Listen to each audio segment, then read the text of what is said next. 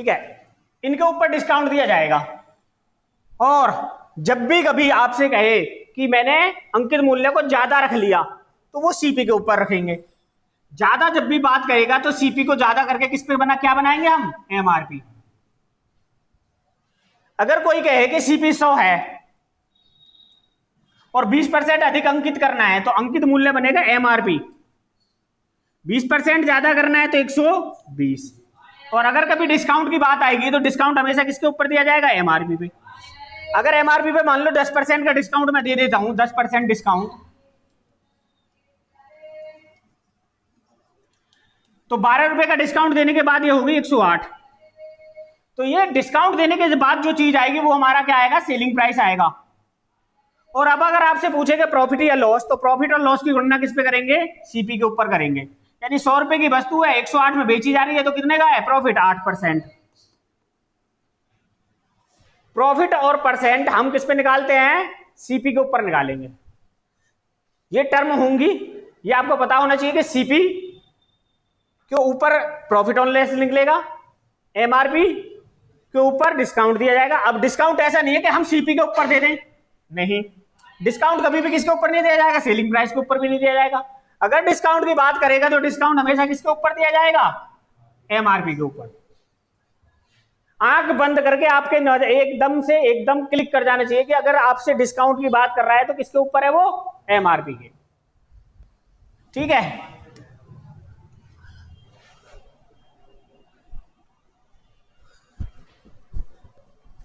जैसे मैं कहूं कि कोई वस्तु है, अगर 100 रुपए की है और इस पे मैंने 20% का डिस्काउंट देना है, किसी वस्तु का एमआरपी 100 रुपए है और 20% का मैंने इस पे डिस्काउंट दिया, तो इसका जो सेलिंग प्राइस होगा वो क्या होगा,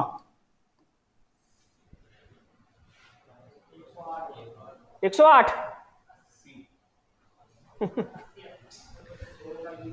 भाई 100 रुपए एमआरपी है, 20% का डिस्काउंट दिया जाना है, यानी कि एमआरपी कितना है 100। अगर इस पे 20% का डिस्काउंट देते हैं तो 2 जीरो से 2 जीरो कैंसिल, 20 से कम 20, यानी 20 रुपए का डिस्काउंट देंगे तो बेची जाएगी 80 रुपए में। तो डिस्काउंट हमेशा किसके ऊपर दिया जाएगा, एमआरपी के ऊपर दिया जाएगा। दूसरा देखो, अगर किसी वस्तु का एमआरपी 500 रुपीज है, पहला डिस्काउंट इस पे मैंने 20% का दिया और दूसरा डिस्काउंट इस पे 10% का दिया, तब आपसे पूछे कि इसका सेलिंग प्राइस बताओ क्या होगा,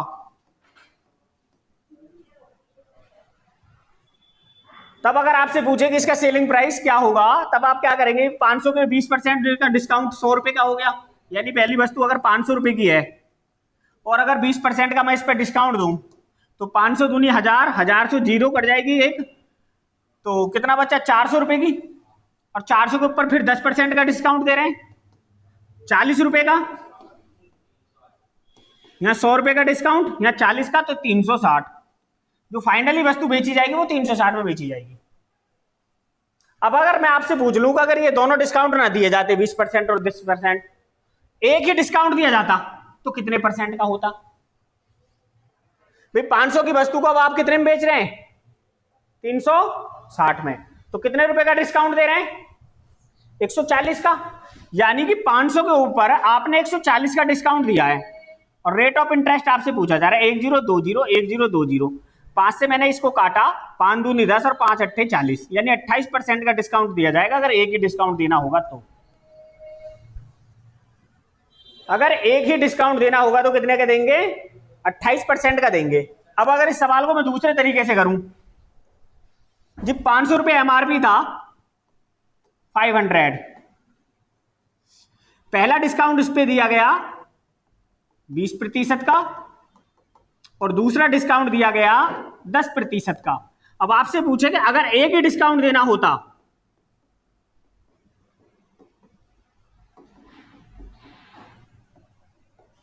अगर एक ही डिस्काउंट देना होता तो कितने का देते।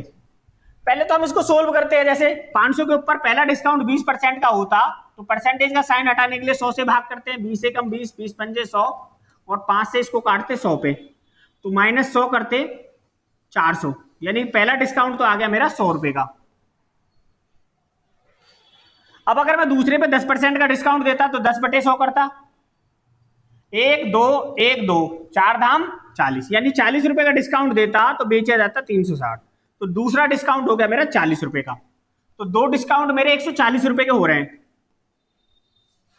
दो डिस्काउंट कितने के हो रहे हैं? 140 के। कितने के ऊपर? 500 के ऊपर।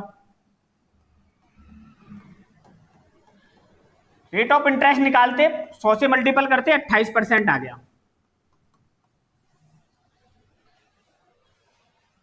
ये सब कुछ नहीं करना है, बस आपको सिखा रहा हूं मैं कि करना क्या है।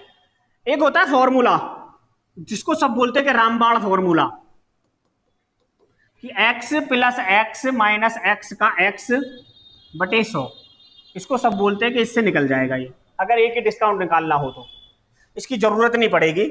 जैसे पहला 20%, दूसरा 10% -20 × 10/100, 20 और 10 30, 1 2 1 2 2 एकम माइनस के 2 करेंगे तो कितना आ गया? 28%। एक तरीका ये है कि अगर एक ही डिस्काउंट देना होता तो 28% निकाल सकते थे। ये किताबों में है, ठीक है, आप कर सकते हैं। दूसरा तरीका मैं आपको बताऊं, जैसे पहला डिस्काउंट है 20% का। 20% का मतलब होता है 20/100, 20 एकम 20 पंजे 100, यानी 5 रुपए की वस्तु है और 1 रुपए का डिस्काउंट दिया जाए तो बेचा कितने में जाएगी? 4 में, यानी 5 की वस्तु आपने 4 में बेच दी। अब दूसरा डिस्काउंट कितने का है? 10% का। 10% का मतलब होता है 10/100, 10 एकम 10, 10 धाम 100, यानी 10 रुपए की वस्तु के ऊपर 1 रुपए का डिस्काउंट देंगे तो कितने में बेच देंगे? 9 में। अब आप देखो 10 पंजे 50 और 4 नेम 36, यानी 50 रुपए की वस्तु कितने में बेची जा रही है? 36 में। अगर इसको 100, क्योंकि हमारा रेट ऑफ इंटरेस्ट या परसेंटेज जो निकलता है वो 100 पे निकलता है, तो 2 से मल्टीपल करते इसको 100 हो जाएगा। 2 से गुणा कर देते ये 100 और 2 से गुणा कर देते ये कितना हो जाएगा? 72। अच्छा, 100 रुपए की वस्तु को 72 में बेच रहे हो तो कितने का डिस्काउंट है? 28%। एक तरीका ये भी आपको आना जरूरी है कि बहुत सारे सवाल इसी से निकलेंगे। आपको इन सब के अलावा भी अगर नहीं करना है, अब जो मैं बता रहा हूं ना वो सीखना है। जैसे पहला डिस्काउंट बोला 20%, दूसरा 10%, 20% और 10%। अब इन दोनों को जोड़ो, 20 और 10 30, इन दोनों की आपस में गुणा करके 100 से भाग दे दो। 200 को 100 से भाग करेंगे 2, -2 कर दो, कितना आ गया? 28%। है, यही करना है आपको, ये ही करना है।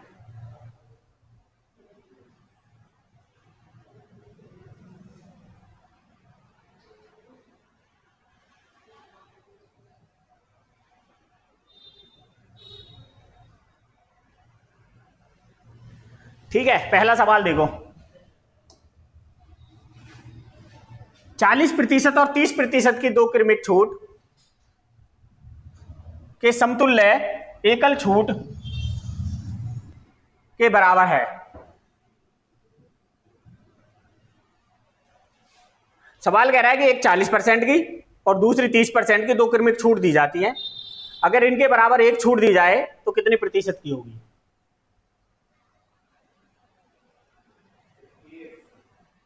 कितना? 58। अब देखो करना कुछ नहीं था इसमें, 40 और 30 70 और 4 तिया माइनस के 12 कर दिया, कितना बचा? 58%।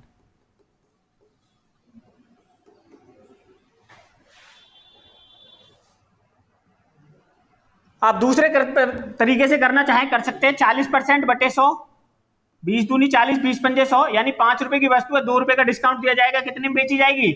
3 में।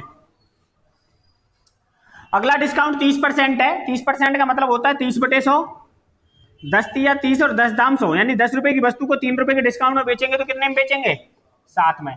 आप देखो 10 पंजे 50 और 7 तिया 21, इसको 100 करने के लिए 2 से गुणा करनी पड़ेगी, 100 और इसको 200 करने के 2 से गुणा करेंगे तो हो जाएगा 42, यानी 50 में 2 से गुणा करिए तो 100 और 21 में 2 से गुणा करिए तो 42, यानी 100 रुपए की वस्तु को 42 में बेच रहे हो तो कितना डिस्काउंट दे रहे हो?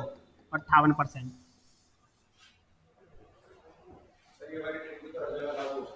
कौन सी? वो हर जगह लागू हो जाएगी, परंतु जब परसेंटेज में आएगा ना, जैसे 16 से ही 2/3%, और जब आएगा 14 से ही 2/3%, तब नहीं करेगी काम।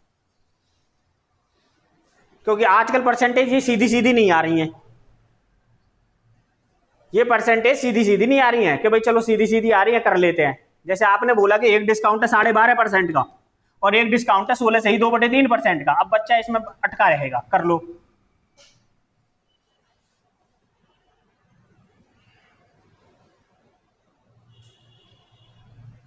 देखो, अगर मैं कहूं कि किसी वस्तु पर एक डिस्काउंट दिया 12.5% का और दूसरा दिया गया 16 से ही 2/3% का, तो एक डिस्काउंट अगर दिया जाता तो कितना दिया जाता? एकल।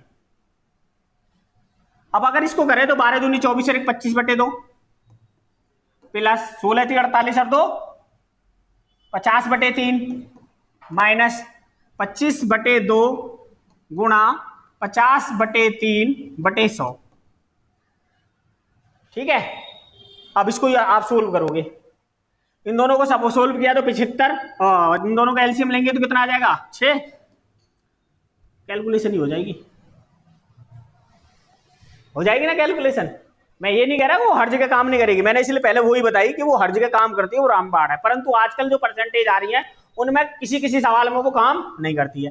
अब 12.5% का मतलब होता है 1/8, यानी कि 8 रुपए की वस्तु को अगर 1 रुपए के डिस्काउंट बेचेंगे तो कितने की बेचेंगे?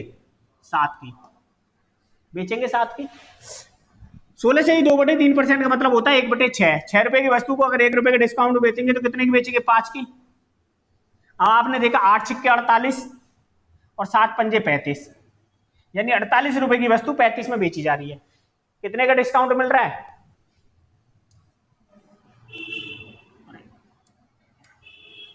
48 की वस्तु 35 में बेची जा रही है, कितने का डिस्काउंट है? 13 रुपए का इंटू 100।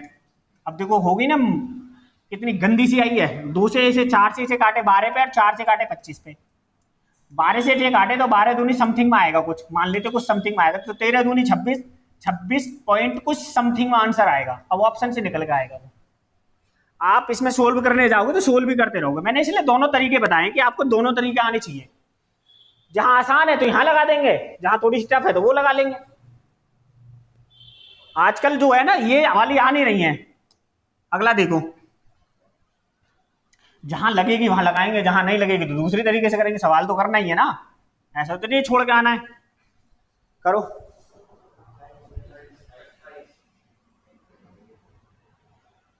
अब देखो इनमें पेन चलाने की जरूरत नहीं, सवाल में पेन चलाएंगे हम, अपना टाइम खोटा करना है।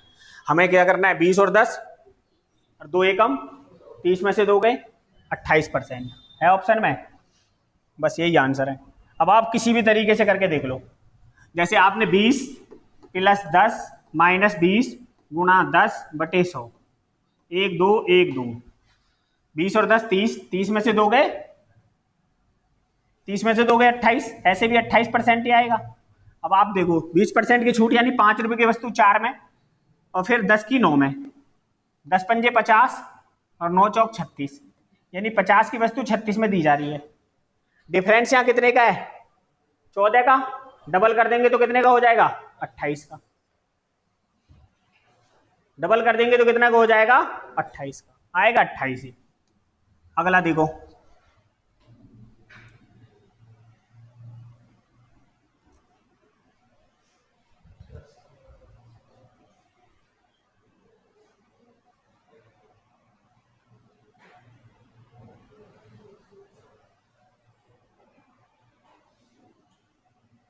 बताओ।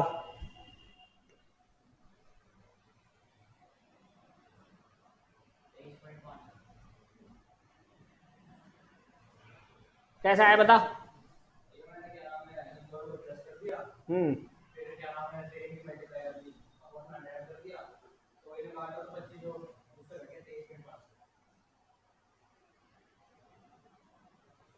आ गया। देखो यहाँ पे आपको एक चीज याद रखनी है कि इनकी आपस में गुणा करके भाग 100 से देना होता है। जब 100 से हम भाग देंगे तो ये एक जीरो से जीरो कट जाएगी, और ये 15 है ना, तो नीचे पॉइंट है, एक नीचे जीरो है तो ऊपर पॉइंट लग जाएगा। अब आपने देखा 15 और 10 25, और 25 में से आपने 1.5 घटाना है, तो कितना आ गया 23.5% का एक डिस्काउंट देंगे। आप किसी भी तरीके से करेंगे आएगा इतना ही। हमें टाइम बचाना है। क्यों टाइम बचाना है? कि अब 25 क्वेश्चन आपको कितने में करने हैं? 15 मिनट में। अगर इन सवालों में पेन चलाने लगेंगे तो 15 मिनट में तो हो गए। ठीक है, ये करो।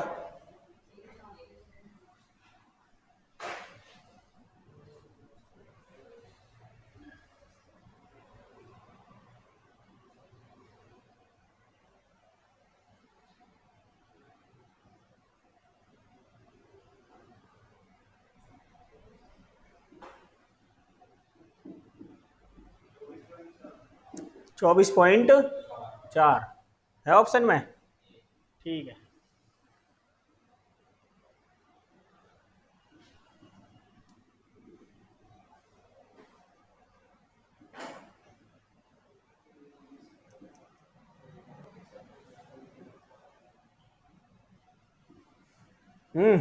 दिवांशु कैसे?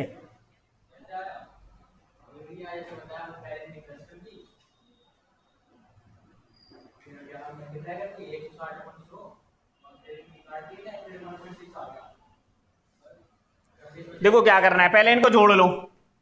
10 और 16 26। अब ये 10 है, इधर 1 पॉइंट, तो 1.6 आएगा, माइनस के 1.6 घटा दिया, कितना आ गया 24.4%। आप सवाल को करना चाहो कर लो। यानी 10 की वस्तु कितने में बेच रहे हो आप? 9 में। 10 की वस्तु कितने में बेच रहे हैं हम? 9 में। और 16% का मतलब है कि 16/100 करोगे आप। 4 चौक 16 और 4 से 25, यानी 25 रुपए की वस्तु पर अगर 4 रुपए का डिस्काउंट दोगे तो कितने का दोगे? 21 का। अब आप देखो 25 दाम 250 और 21 निम्मा 189, यानी 250 रुपए की वस्तु को आप 189 रुपए में बेच रहे हो। तो कितने रुपए का डिस्काउंट दे रहे हो? 61 रुपए का। यानी 250 रुपए के ऊपर 61 रुपए का डिस्काउंट है इंटू 100। एक जीरो से एक जीरो कैंसिल, 5 पंजे 25 और 5 दूनी 10। अब आप देखो 5 से ये कट जाएगा, 5 एकम 5, 5 दूनी 10 और 5 दूनी 10, 2 दूनी 4 और 12 दूनी 24, 24.4% आ गया। तो इतना सब कैलकुलेशन से बचने के लिए आपने क्या करना है? सीधा जोड़ो। 16 और 10 26, नीचे देख रहा है आपने 100 की है, इधर 100 है, इधर है, तो एक जीरो नीचे सब 100 से भाग करेंगे, एक जीरो खत्म हो जाएगी, एक जीरो बची, ऊपर पॉइंट पहुंच जाएगा। माइनस करना है तो 26 में से 1.6 माइनस करेंगे तो कितना बचेगा? 24.4। ये कैलकुलेशन आपको अपने दिमाग में करनी है। आप ऐसे अगर करने जा रहे हो ना तो समझ लो आप बहुत सारे बच्चों से पीछे हो। आपने देखो होगा बहुत सारे बच्चों को बहुत कुछ आता है और आपको लगता है बड़ा ब्रिलियंट है, और फिर भी पेपर पास नहीं हो रहा। उसका कारण यही है कि वो करता रहता है, करता रहता है, करता रहता है। और जब तक आप करते रहोगे, पेन चलाते रहोगे, आपका सिलेक्शन नहीं होगा। अभी इस दौर में नहीं होगा।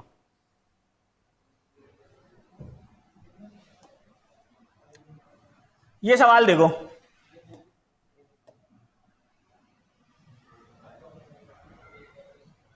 इस पे बहुत सवाल आते हैं। सवाल कह रहा है कि एक व्यापारी रेफ्रिजरेटर की खरीद पर निम्नलिखित छूट योजना प्रदान करता है। 10% की छूट के बाद 8% की छूट, 12% और 10% की 2 क्रमिक छूट, 12% की 2 क्रमिक छूट, 20% की छूट। किस योजना में विक्रय मूल्य सबसे कम है? अब देखो अगर इस सवाल को हम करने जाएंगे ना तो ये पूरा टाइम खा जाएगा। पहले एक बार मैं आपको इनका तरीका बता देता हूं कि करना क्या है, और फिर देखते ही आंसर बता दोगे। देखने के साथ ही आपको पता चल जाएगा इसका आंसर ये है। आपको पेन चलाने की जरूरत नहीं पड़ेगी। जैसे 10% की पहला डिस्काउंट देखते हैं,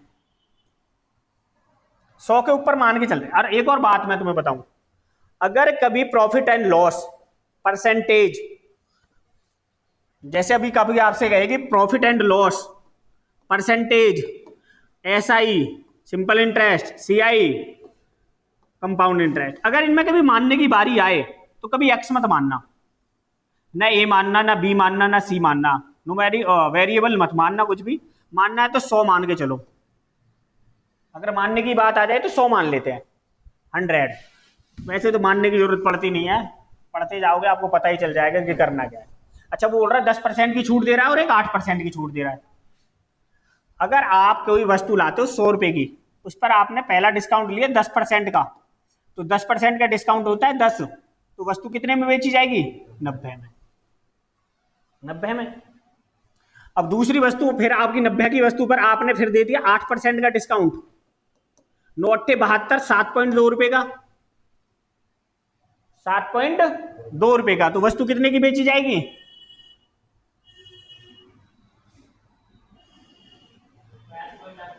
कितनी?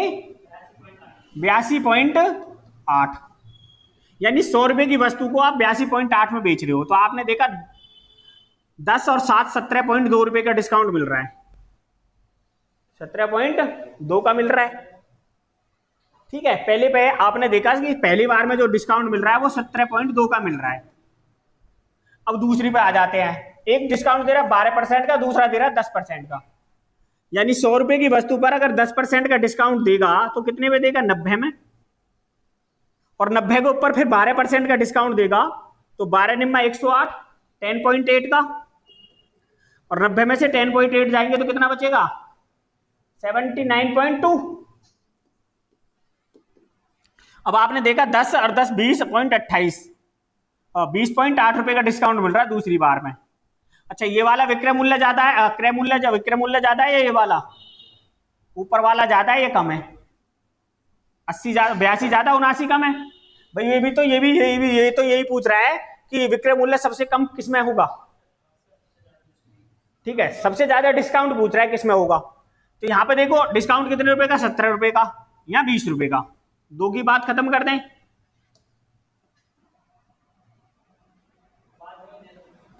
हाँ,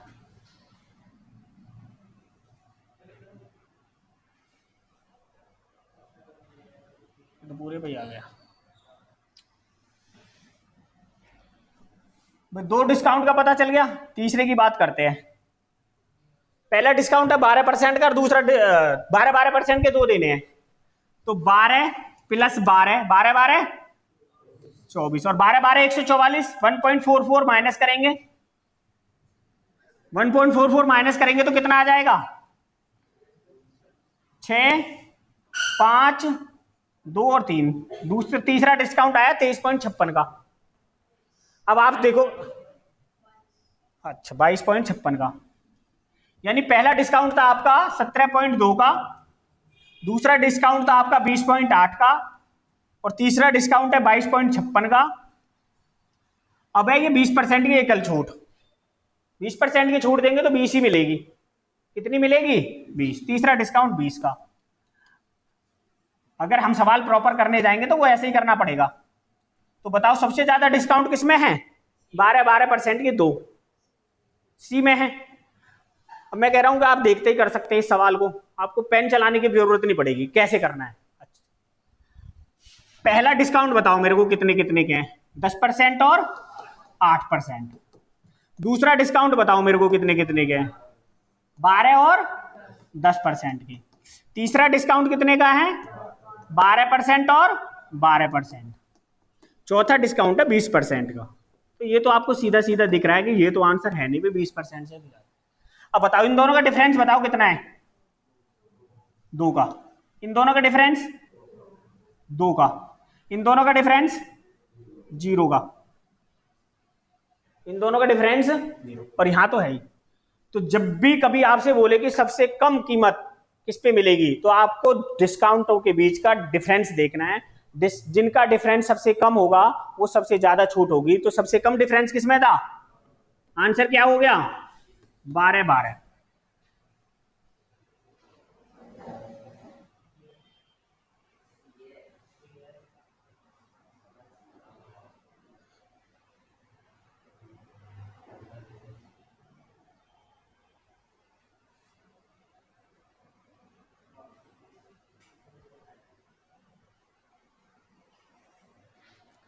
अब देखो, कभी सवाल में ये पता चल जाए कि दो सवालों के दो डिस्काउंटों के डिफरेंस सेम आए हैं, दो डिस्काउंटों के डिफरेंस सेम आए हैं। जैसे ऊपर वाले का कितना आया है 2, नीचे वाले का 2, तो अब इनमें कौन सा है? तो अब आपको इनको जोड़ देखना है। ये कितना है? 20 और 8, 10 और 8 18, और ये 12 और 10 22। जिसका जोड़ ज्यादा होगा उसका डिस्काउंट ज्यादा होगा। आगे बात समझ में? अब अगर मैं इतने को सारे को मिटाऊं और आपसे कहूं कि भाई ऐसे ही देख के अब सवाल बताओ, ये तो समझाने के लिए था कि बताओ आंसर क्या होगा इस सवाल का, तो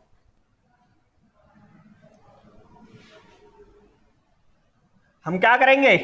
हम सवाल को करने नहीं जाएंगे, हम सवाल में क्या देखेंगे? डिफरेंस देख रहे हैं। यहाँ है 10 10 के 2 हैं, 10 और 8 का 2 का है, यहाँ 12 का 2 का है, यहाँ 12 12 के 2 है, यानी कि 0 डिफरेंस है। यही आंसर हो गया। अब अगर पूछे कि ये तो दुकानदार सबसे कम है, तो सबसे कम कीमत किसके लिए होगी? ग्राहक के लिए, दुकानदार के लिए? ग्राहक के लिए। तो ये जब की बात करेगा तो ग्राहक के लिए अच्छा है। और अगर पूछे दुकानदार के लिए, तो जिसका डिफरेंस ज्यादा होगा वो दुकानदार के लिए अच्छा है।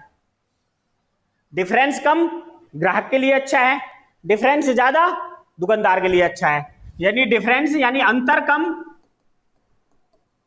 ग्राहक के लिए, अंतर ज्यादा दुकानदार के लिए। ठीक है, अगला सवाल देखो।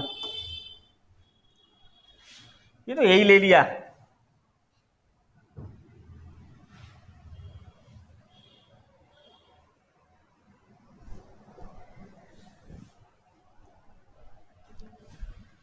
एक सवाल 2 बार ले लिया अनुज तूने।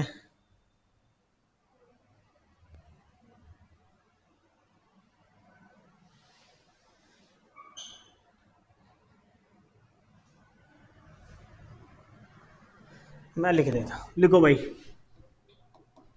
किस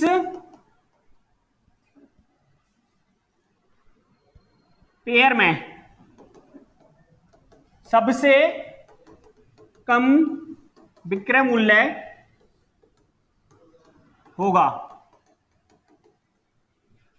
पहला ऑप्शन है 20%, 25%। दूसरा ऑप्शन है 10%, 20%। तीसरा ऑप्शन है 10%, 35%। चौथा ऑप्शन है 10%, 22%। करो।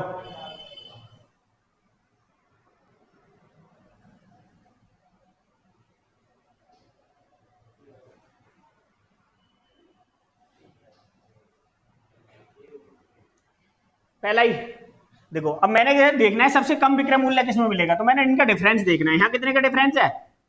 5 का, यहाँ 10 का, यहाँ 25 का, यहाँ 12 का। तो सबसे कम डिफरेंस किसमें है? ए ऑप्शन में। तो यही आंसर हो गया। ये है ग्राहक के लिए। अगर दुकानदार के लिए पूछने लगे तो सबसे ज्यादा डिफरेंस किसमें था? तो ये दुकानदार के लिए हो गया।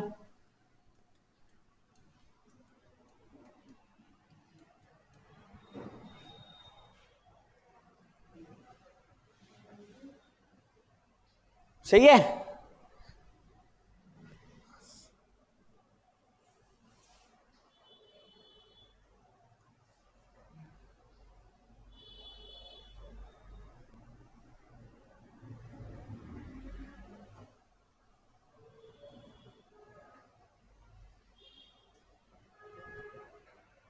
अगला लिखो।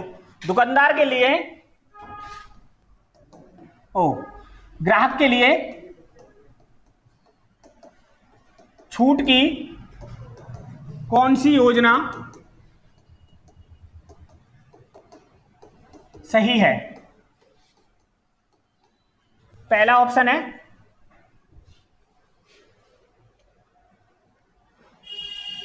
15% की 2 क्रमिक छूट।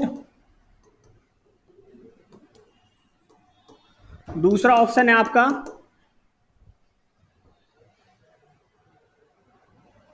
25% और 5%। की छूट। तीसरा ऑप्शन है आपका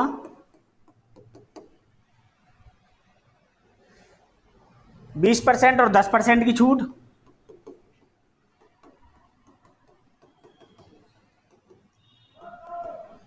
और चौथा ऑप्शन है आपका 30% की छूट।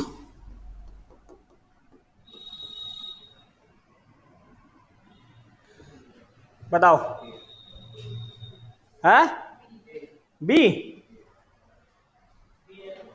बी ग्राहक के लिए बी कैसे भाई? मैंने तो डिफरेंस ही देखना है सबसे कम। 15% की दो हैं, या तो जीरो का डिफरेंस है, तो यही आंसर हो गया।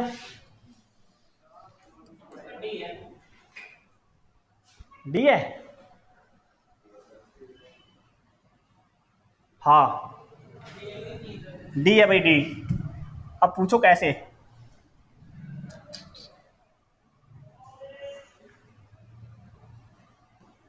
अच्छा 15-15 की दो छूट लाओगे तो 30 आएगा, और 30 में से 225 घटाना भी पड़ेगा, और यहाँ 30% की केली छूट दे रखी है, तो 30% आंसर रहेगा।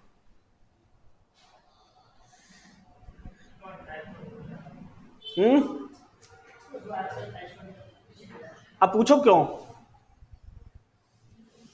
यहां पर 15-15 की दो छूट मिल रही है ना, तो ये हो जाएगी 15 + 15 - 15 × 15, तो 15-15 30, 30 में से 2.25 घटाएंगे तो आएगा ये 27.75, और जब ये यहाँ एक ही छूट देंगे तो वो आएगी 30%।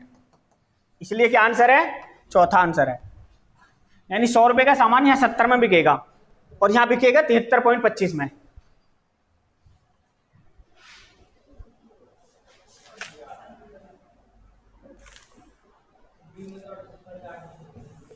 क्या बी में? अरे 25 5 30 ही तो हो रहे हैं, 5% है वो।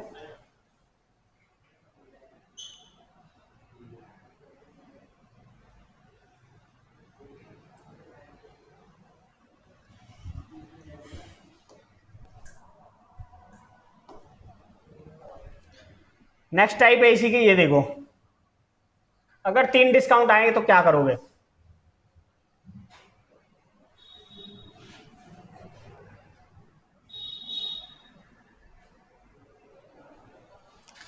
%60, 70% और 80% की क्रमिक छूट किस एकल छूट के बराबर है?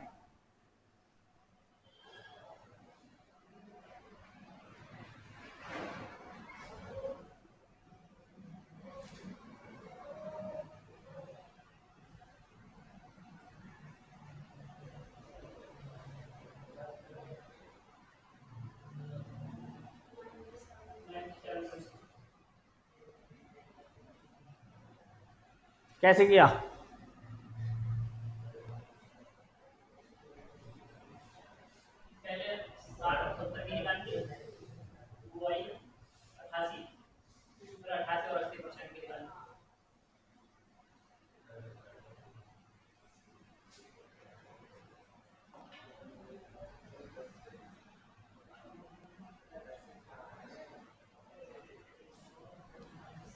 देखो, जब भी 3 की आएगी तो आपको 2 की निकालनी है पहली बार में। कितने की निकालनी है?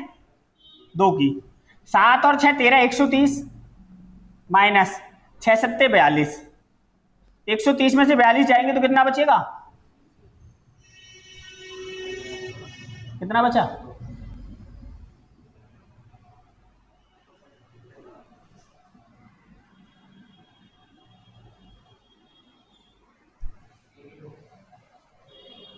$82।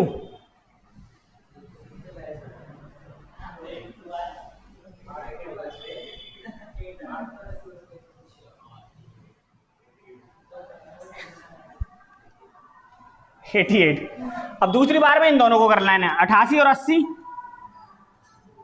इन दोनों को गुणा करके माइनस करना है। 88 और 80 168 में से माइनस करने हैं।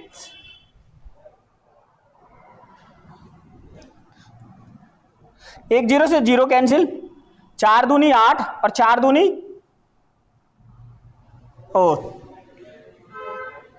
दो चौक 8 और दो पंजे 10, 5 से इसे काटें तो ये चला जाएगा 0.2 पे। 88 गुणा 0.2 में करेंगे तो 88 दूनी 166, तो 16.2 घटा देंगे इसमें से। गलत हो गया क्या?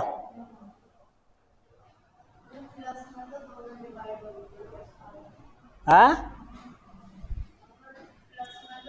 88 गुणा है ये, 88 और 80 168, अभी होगा 88 गुणा 80 बटे 100, 20 चौक 80, 20 पंजे 100, 5 अट्ठे 40, 0.8 आएगा। 2 मैंने गलत कर दिया था भाई। 88 गुणा 0.8 में करेंगे तो 8 8 64 का 4 हासिल लगे 6, 8 8 64 और 6 70, तो ये माइनस करने पड़ेंगे आपको 168 में से 70.4। अब आप जब 4 करोगे तो माइनस का कितना आएगा? 6 आएगा, और 6 एक ही ऑप्शन में है और किसी में है ही नहीं, तो करने की जरूरत ही नहीं पड़ेगी आपको। करने की क्या नहीं पड़ेगी आपको? जरूरत नहीं पड़ेगी। नेक्स्ट सवाल देखो।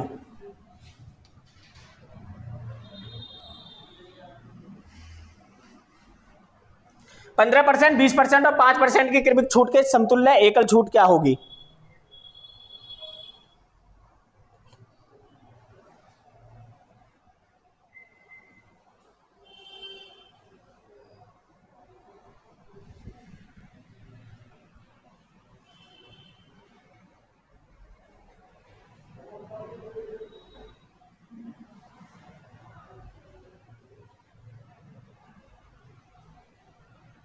आ गया कितना?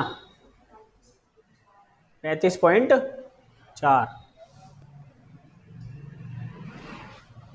अब देखो जैसे ये सवाल आ गया ना,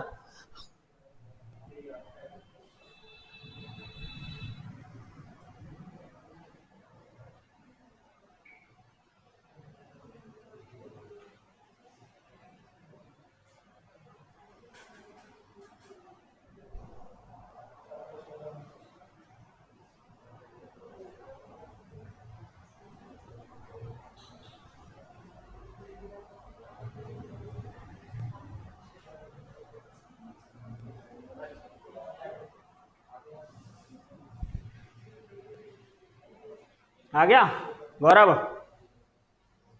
देखो इन दोनों को जोड़ो। अरे आजा। 20 और 15 35, और 15 दूनी 30, 35 में से 3 गए 32 प्लस 5, 32 और 5 37, और 32 पंजे 160, 1.6 घटा देंगे, कितना आ गया? 35.4।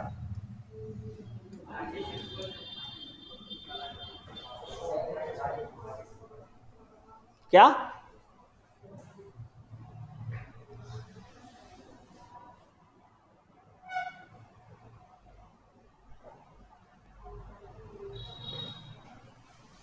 कैलकुलेशन मेरी तरह आनी चाहिए।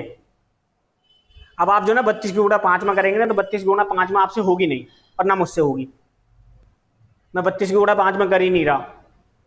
पता है मैंने क्या किया? मैंने 30 की गुणा 5 में की, 30 पंजे 15, 150, 5 की गुणा में देख में कर दी 10, 150 और 10 160। इतनी मैं कैलकुलेशन फास्ट कर लेता हूँ दिमाग में। अब मुझे पता है कि जीरो हटानी है, पॉइंट लगाना है तो पॉइंट लगा दिया, 1.6 घटाना है तो कितना आ गया? 35.4। ठीक है, ये कैलकुलेशन आपको सीखनी पड़ेगी। नहीं सीखोगे तो आपकी मर्जी है, बस सीखो भैया। पेपर तुम्हें देना है, मुझे देना नहीं है। आप मेरे तो होलिया जितने होने थे। 20%, 35% और 10% की 3 क्रमिक छूट के बराबर एकल छूट कितनी होगी?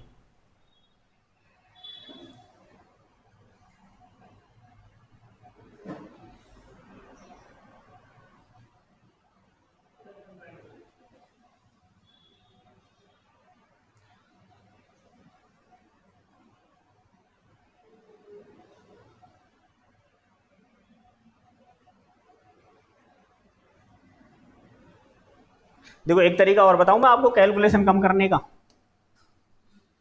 जैसे हमने पहली बार देखा 15 और 10 और 20 और 15 35। 35 में मैंने पहली बार में देखा था 32 आया था, तो आंसर एक बात तो मुझे पता चल गई कि 32 से ज्यादा रहेगा। कम तो होगा नहीं। तो 32 में मैंने देखा ये 20 नहीं हो सकता, ये भी नहीं हो सकता। अब बचे ये दोनों, इनमें से कोई एक आंसर होगा। और 32 में ये भी नहीं हो सकता और 20 तो होगा ही नहीं। तो बचे मेरे पास दो, या तो 32.5 आंसर हो गया, 35.4 होगा। अब जैसे मैंने अगली बार गया तो 32 और 5 37 आ गए, और 37 में से कुछ घटाना पड़ेगा। 37 में से कुछ घटाएंगे तो यही आएगा, 32 भी नहीं आएगा। अब देखो अगले पे चलते हैं, ऐसे करते हैं अगला भी। अब आप देखो 35 और 20 55, अब 55 में से आपने 7 घटा दिया, 48 बचा। अब जो आंसर होगा वो 48 से ज्यादा आएगा। 48 से ज्यादा आएगा तो 42 भी नहीं होगा और 48 भी नहीं होगा, या तो ये है या ये है। 48 में आपने 10 जोड़ा तो 58, अब 58 से ऊपर नहीं जाएगा आंसर। 58 से ऊपर नहीं जाएगा तो कितना बचा, 53.2। ये तरीका होता है अपना टाइम बचाने का। अब आप चाहे पेन पेंसिल लेके करते रहो, जिसको अपना टाइम बचाना वो ऐसे ही करेगा। ठीक है, ये आगे नेक्स्ट टाइप।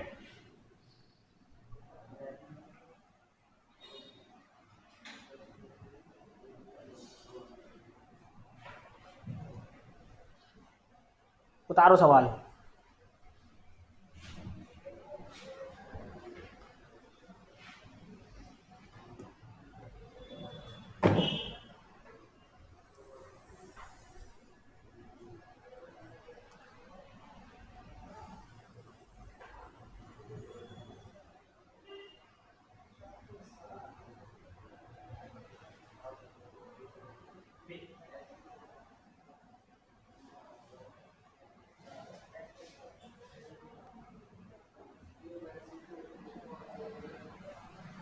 देखो इतना बड़ा सवाल है, मैं पेन नहीं चलाऊंगा, आंसर बता दूंगा। मुझे जरूरत नहीं कि मुझे पेन चलाना है।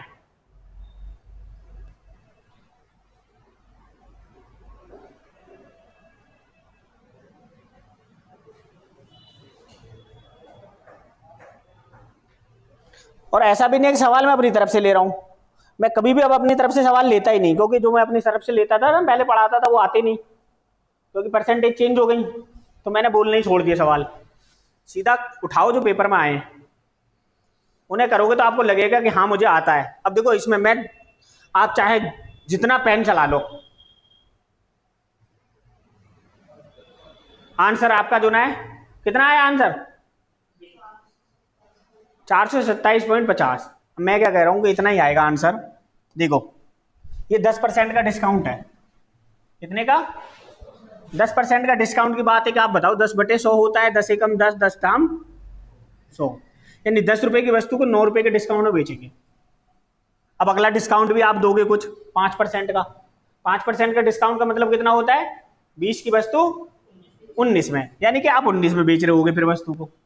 तो आप जो भी आप गुणा करके आओगे, जो संख्या होगी वो 9 से कटेगी, 19 से भी कटेगी। तो 9 से इसमें एक ही संख्या कट रही है, 4 और 2 7, 4 और 3 7 और 2 9, 5 नहीं कट रहा, 4 4 8, 8 5 13 नहीं कट रहा, 4 2 6 और 7 7 और 2 9 कट रहे हैं, 4 और 5 9 कट रहे हैं, यही आंसर होगा। 4 और 3 7 नहीं कट रहा, हो गया आंसर। यहां मैंने क्या कर दिया, 9 का डिजिबिलिटी रूल लगा दिया। 9 का डिजिबिलिटी रूल कहता है कि वो संख्या 9 से कटेगी जिसके अंकों का योग 9 से कटेगा। अब देखो मैं करके दिखाता हूं सवाल को, यही आएगा कि नहीं आएगा आंसर।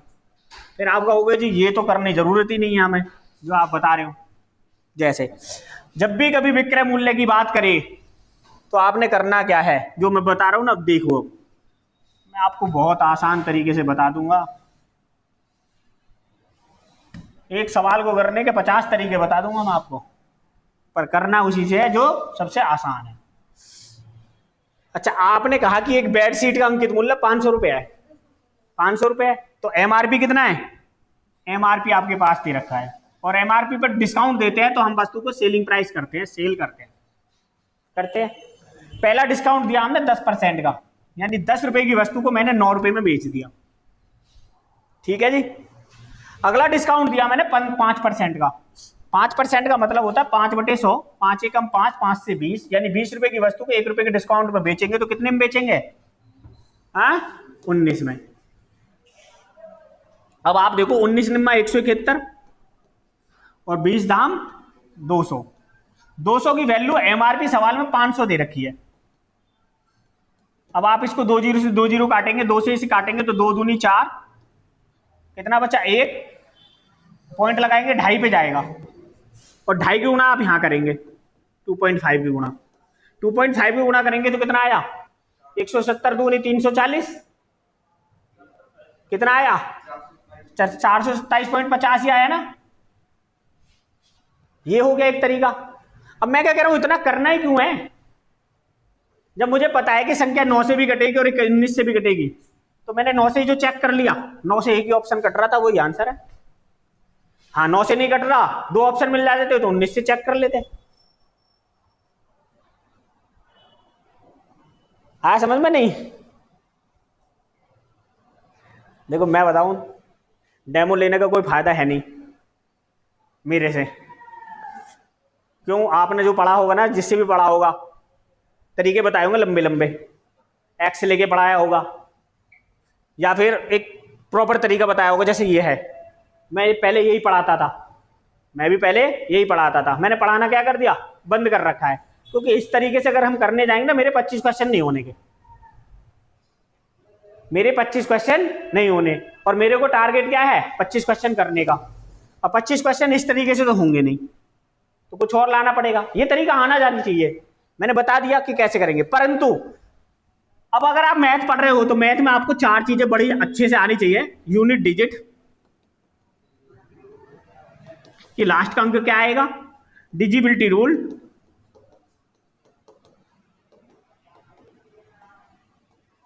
यानी विभाज्यता का नियम, और तीसरा है यूनिट डिजिट ओ डिजिटल सम। अरे रे,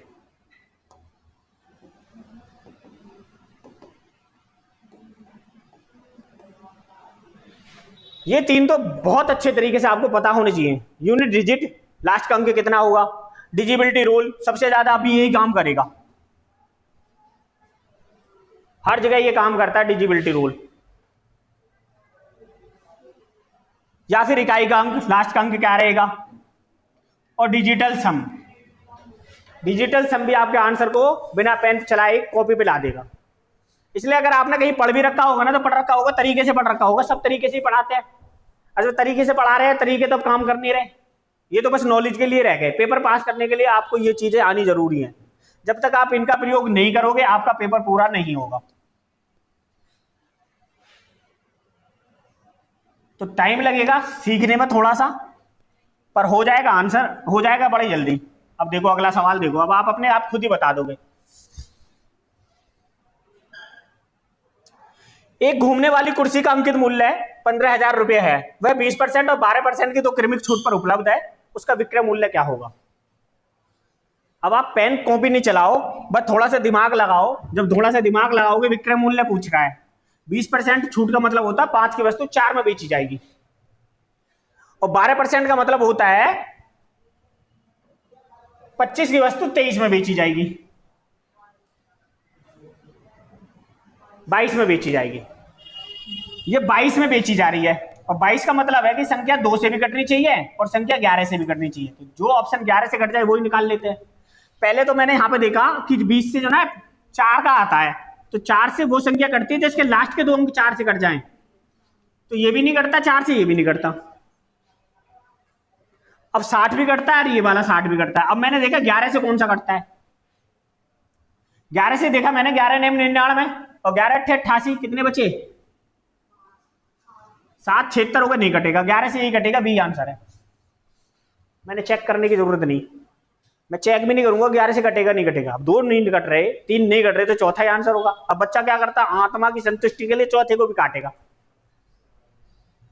कितना आया आंसर, यही आया, देख रहा है ट्रिक। हाँ भाई हिमांशु, कितना आया तुम्हारा, सोल्व नहीं किया। अब देखो मैं सोल्व करता हूं, सोल्व करने जाएंगे तो भैया टाइम तो लगेगा ही। देखो 20% की छूट है, एमआरपी पे डिस्काउंट दिया जाता है, यानी 20% का डिस्काउंट, यानी 5 की वस्तु आपका सेलिंग प्राइस कितना होगा 4। 12% का मतलब होता है 12/100, 4 तिया 12 और 4 से 25, यानी 25 रुपए की वस्तु पे 3 रुपए का डिस्काउंट, यानी कितने में बेची जाएगी? 22। 22 चौक 88 और 25 पंजे 125। सवाल में 125 की वैल्यू 15,000 दे रखी है। 25 पंजे 125 और 25 छिक्का 150। देखा आपने 5 से इसको डिवाइड किया तो 120 पे 12, 120 पे कट गया। 120 की गुणा आपने 88 में की तो 0 आएगा। 12 अट्ठे 96 का 6 हासिल लगे 9 और 12 अट्ठे 96 और 9 105। बताओ करने की जरूरत है क्या इसको ऐसे? इसलिए मैं क्या बोल रहा हूं, आपको डिविजिबिलिटी रूल भी पता होना चाहिए ताकि हम सवाल को देखते ही बता सके कि आंसर क्या होगा। ठीक है,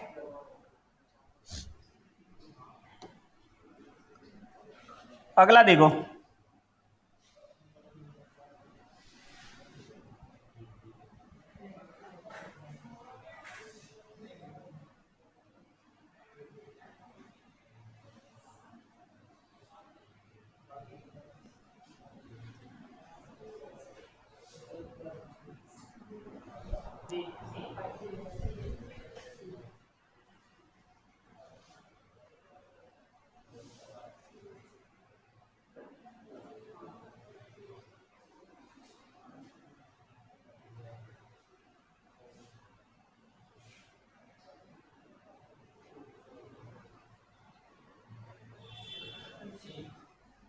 अब देखो तुम्हारा भी तरीका है ना, तुम सवाल को पूरा पढ़ने लगोगे। मैं तो पढ़ा रहा हूं, खैर मुझे तो पता ही हो गया, रट गए सवाल। मेरे दिमाग में एकदम ये आया 10%। कितना आया? 10% का मतलब होता है 10 की वस्तु 9 में बेची जा रही है, और वो भी आपसे पूछ रहा है अंतिम मूल्य। अंतिम मूल्य मतलब विक्रय मूल्य पूछ रहा है, सेलिंग प्राइस। अब 9 से देखा मैंने 2 नहीं घटता, 9 से देखा 9, 5 और 1 6 नहीं घटता, 9 और 1 नहीं घटता, यही आंसर है। 9 कटता है, 8 और 1 9 कटता है, आंसर आ गया। अब आप कर लो इसे। अब देखो जिसको ये तरीका आता है वो तो सवाल करके निकल लेगा, दूसरे को देखेगा। जिसको सवाल ये भी करना आता है और ऐसे करना आता है कि 10% 10 से 9, 12% 25 से 22,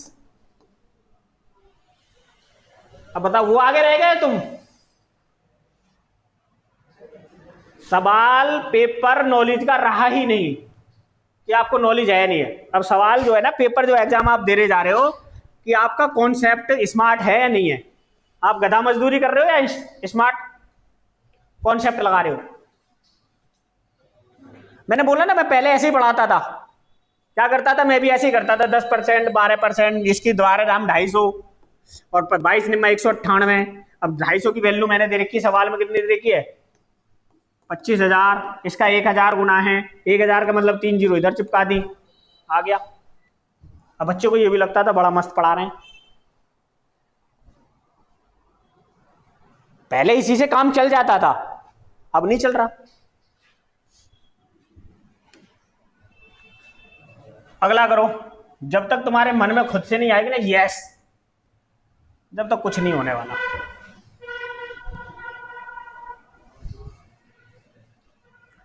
एक टीवी सेट का अंकित मूल्य 18,500 रुपए है। 20% और 5% की 2 क्रमिक छूट देता है तो टीवी कितने में उपलब्ध है?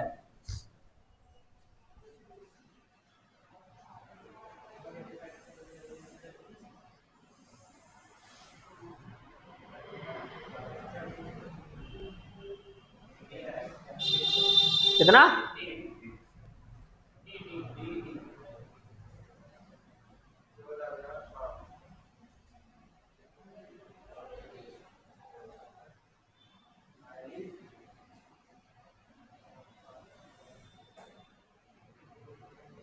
आ गया डी तेरा। ओ अग्निवीर, कैसे? लॉन्ग वाले मेथड से आया है। तुम्हारा आया नहीं आया? नहीं आया? समझ में आ रहा है नहीं आ रहा है? देखो यहां पर मैंने देखा एक तो 20% है, मैं परसेंटेज देख रहा, मैं सवाल भी नहीं देख रहा। सवाल में क्या दे रखा है वो वाली वैल्यू में पढ़ ही नहीं रहा कितनी है। ये तो आपको जो ना बरगलाने के लिए दे रखी है। मेरे साथ पढ़ोगे ना 10-15 दिन कम से कम, जब 10-15 दिन की समझ लो ट्रायल है वो, जब आगे ना मेरे रंग में, अभी आपने पहले से कुछ पढ़ रखा होगा, सवाल देखा आपका दिमाग में वो भी आएगा कि उसने ऐसे पढ़ा रखा है तो मैं ऐसे करके देखूं, क्योंकि वो निकालना बहुत भारी बात है। और जब वो निकलेगा फिर मेरा आएगा समझ में, जब मेरा समझ में आएगा तब जाके आपको लगेगा कि हाँ भाई ये ठीक है। क्योंकि 20% का मतलब होता है कितना, 1/5, यानी 5 की वस्तु 4 में बेची जा रही है, तो 4 से तो सारे कटते हैं, 4 से वो संख्या कटती है जिसके लास्ट के 2 अंक कटे, 4 से तो सारे कटते हैं भाई। हाँ डी आंसर है। अब मैंने देखा यहाँ 5%, 5% का मतलब होता है 5/100, 5 एकम 5 से 20, 20 रुपए की वस्तु को 19 में बेच रहे हैं। अब मैंने देखा 19 से 140 नहीं कटता, 19 जिम्मा 144, 6 बचे, 19 से 66 भी नहीं कटता, 19 से 150 भी नहीं कटता, तो बचा क्या, डी, यही आंसर है। तो इतना ही चक्कर है। पर ये तब आएगा जब आपको इनका परसेंटेज का पता होगा, 20% का मतलब कितना होता है, 5% का मतलब कितना होता है। अब देखो ये लेटेस्ट आया हुआ है, सीजीएल में आया हुआ है 2024 में, किताब 2024 की है तो 2024 का है। अब एक और किताब लानी पड़ेगी तब आपको अगला सवाल मिलेगा। देखो अगला करो,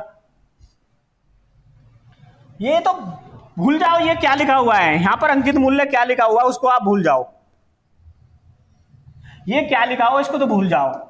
आप सवाल में बस ये देखो 10%, 5%, 10% का मतलब 9, 9 से कौन सी संख्या करती है वो देखो, 7 और 7, 14, 5, 19, 19 और 8, 27 कटेगी 9 से, 5 और 5, 10, 8, 18 और 7 नहीं कटेगी, 9 कटता है, 5 और 7, 12, 6, 18 कटता है, हाँ 2 कट रहे हैं ना अभी तो। अब देखो 9 कटता है, 7 और 5, 12 और 8, 20 नहीं कटता, या तो ये आंसर है या ये आंसर है। अब 19 का मल्टीपल देखना है मेरे को, 19 से मैंने देखा 19 चौक 76, 19 पंजे 95, कट गया, यही आंसर है। वो मैं चेक ही नहीं करूंगा, आप करना चाहो 10 की वस्तु 9 में, 20 की वस्तु 19 में, 20 धाम 200, 19 निम्मा 171, 200 की वैल्यू सवाल में कितनी दे रखी है, 90,000, कितने का मल्टीपल है, 1 2 1 2, 450 का मल्टीपल है 4500 का, 4500 की यहाँ पे मल्टीपल करो, 1 0 कम कर लेंगे, ले 450 की गुणा यहाँ करेंगे 171 में, तो जितना आएगा वही आंसर है। पर ये टाइम आपका ले जाएगा। ठीक है भाई, आज के लिए इतना ही काफी है, बाकी कल देखेंगे।